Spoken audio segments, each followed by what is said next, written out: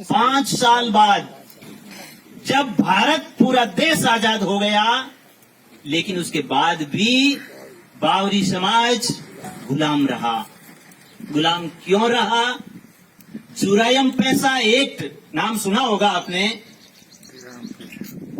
और जुरायम पैसा मतलब ये जातियां जो आपराधिक जातियां हैं, अपराध करती है, गुनाह करती है।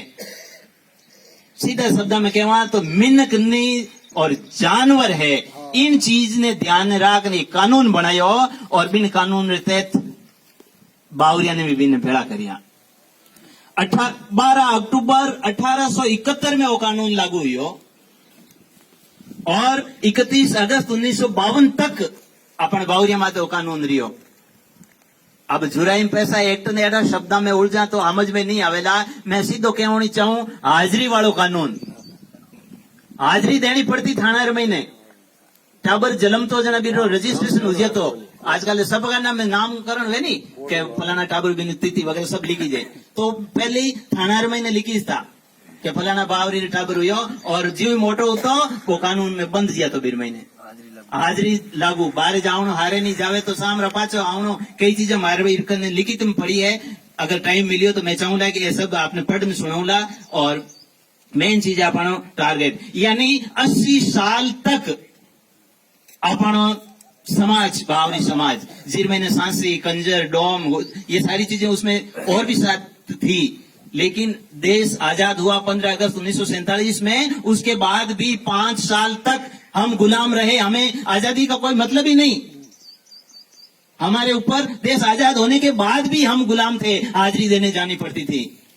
तो हमारे समाज के महापुरुष दयालनाथ जी महाराज, भूषणनाथ जी महाराज और संत लाडाराम जी का विशेष सहयोग रहा।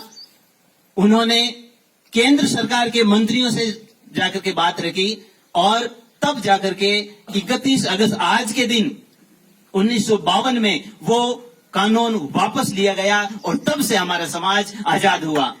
ये चीज हर आदमी को पता होनी चाहिए। हमें इतिहास ही नहीं मालूम है। डॉक्टर अंबेडकर ने एक बार कहा था कि जो कौम अपना इतिहास नहीं जानती वो अपना भविष्य कभी नहीं बना सकती। क्या भविष्य बनाएगी उसको पता ही नहीं। हम हैं क्या थे, क्या अत्याचार होते थे, ये सारी चीजें।